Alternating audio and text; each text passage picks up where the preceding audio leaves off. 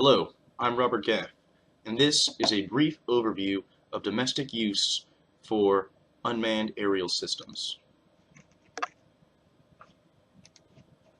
This article examines the current unmanned aerial systems technologies available in the domestic market for both government and private business use. The UAS market is at a critical point, like the personal computer wave of the 1980s, and once regulations are lifted, we'll see explosive growth. Recognizing markets ahead of time will give a significant advantage to anyone on the supply side of UAS if they make the right preparations now, before the market becomes saturated. Inspiration for this article came from critical thinking and quantitative reasoning over years of undergraduate coursework. The aeronautics industry is going to shift to a largely unmanned industry. The purpose of automation is to reduce cost and labor, which unmanned systems absolutely do. Unmanned aerial systems do not require the equipment to keep humans alive on board, can be miniaturized, and do not have human endurance limitations. They fit snugly into their niche of fulfilling dangerous, dirty, and dull mission functions. There are three market sectors that are interested in UAS use: government, commercial business, and private individuals. They all have different purchasing needs, and when looking at a UAS system, have different requirements for why they need to purchase a system. Being able to identify these needs and meet them with an appropriate product will place any vendor ahead of their competition. UAS best serve in functions requiring dangerous, dirty, and dull mission parameters, meaning any mission requirement requiring a long duration of time or a hostile environment to humans are perfect for unmanned systems. Identifying how a system can efficiently replace or integrate itself into a task will make vending a product much easier. Before one can enter a market, they must first understand the restrictions in place on that market or be doomed to failure. The aeronautics industry is heavily regulated because if any incident were to occur, the results could potentially be catastrophic, which is why the FAA's primary concern is safety. Title 14 of the Code of Federal Regulations, Part 107, sets the regulations for small and hobby-class unmanned systems. These systems must be less than 55 pounds, can only be flown within certain parameters, and require a remote pilot license to operate. That is for small UAS, not hobby-class drones. Problems and accidents have arisen since UAVs have become popular because individuals do not understand the rules and are not obligated to learn them at point of purchase for any system. Businesses using hobby drones break 107 compliance when flying over people and have resulted in serious bodily harm. An example would be photographers filming at weddings using a drone and then flying a drone into a guest, which has happened multiple times and is all over the internet because people just can't get enough of that. Understanding the rules of the market you are entering will only serve a vendor better if they inform their customers. Showing knowledge of the industry you are in provides comfort to customers, ensuring an easier sale. Once an individual has a grasp of the regulations in place on the UAS market, they can understand the impact of these rules and identify which market demand they can most easily satisfy and know how to supply a product to an otherwise unreachable market. Major hurdles all three market sectors will have to deal with are the remote pilot's certificate required for operation, airworthiness certificates, and operational restrictions for flight over non-participating entities. Each one of these issues has hidden costs attached to them, require time on the part of the operator, and can deter some from purchasing a system because they view it as a hassle to deal with these things. Part 107 does not restrict the sale of a hobby or small UAS to anyone for any reason. You can buy one if you just want to buy one. You don't have to have a license prior to purchasing it. Restrictions come with operational use of the system. The three identified markets will conform with Part 107 as time progresses. However, it will be the private sector that will be the most difficult to regulate because of self-reporting and no system registration requirements. What does this mean?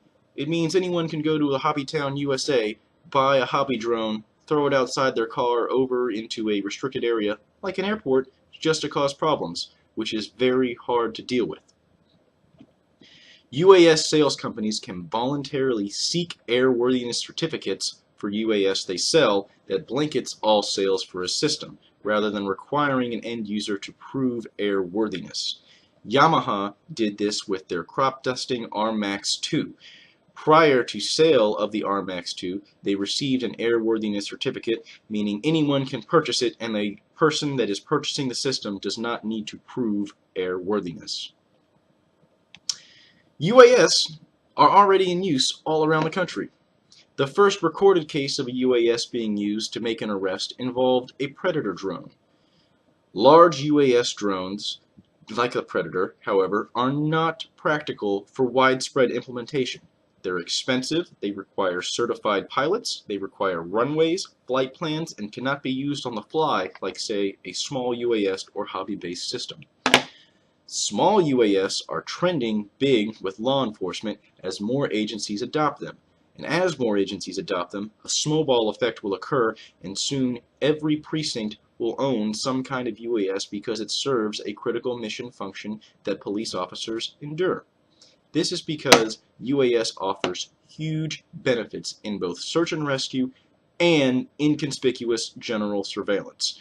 They can cover large areas cheaply and can be equipped with more than just optical sensors to locate lost or injured individuals. The Florida Division of Emergency Management partnered with Florida State University Center for Disaster Risk Policy and Homeland Security Programs to integrate the first UAS use in hurricane response drills. According to the FDEM Director Brian Kuhn, the use of unmanned systems gives us intelligence after a disaster in an exciting proposition because it will be faster and cheaper. Basically what he says is, during a disaster, things are chaos. A UAS can fly over the disaster, which is, if a hurricane happens, roads are filled with debris, you can't get over them on a traditional ground vehicle. A UAS can provide critical information in real time to situations that are developing on the ground, allowing responders to deal with them as they find out about them. But it will be much easier to do so because they have an eye in the sky. Enforcement agencies do have an advantage over suppliers in the Department of Homeland Security's 1033 program. Enforcement agencies, rather than going out and purchasing a new system, can apply for the 1033 transfer program. The 1033 program allows military equipment currently not in use to be transferred free of cost to ownership of an enforcement agency like a local police department, DEA, Border Patrol, etc.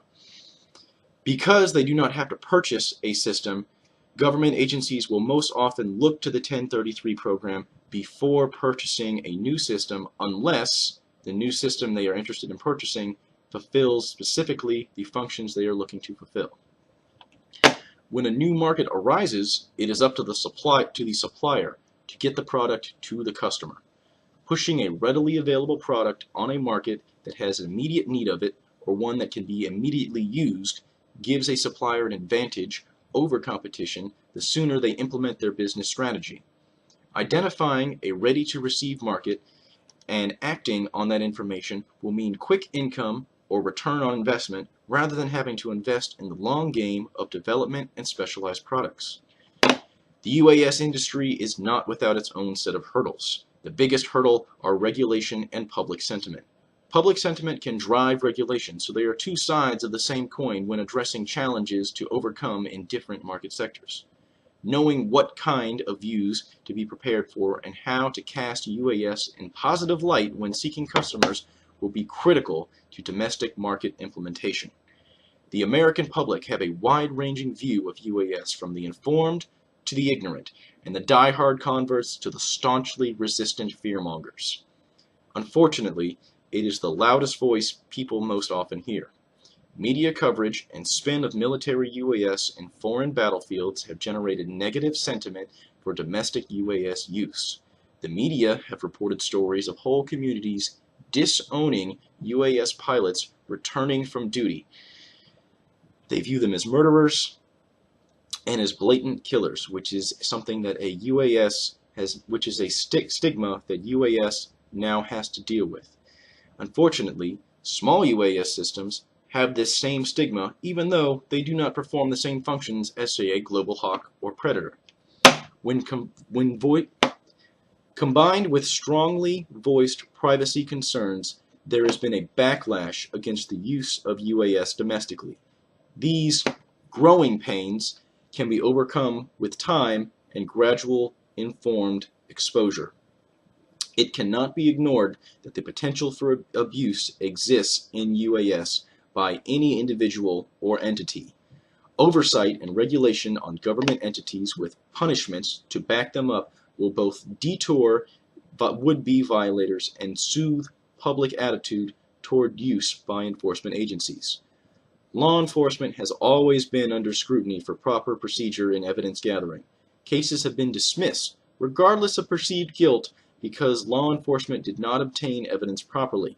The same rules that apply to conventional evidence gathering and patrolling would apply to UAS for evidence gathering in terms of property violation and due process.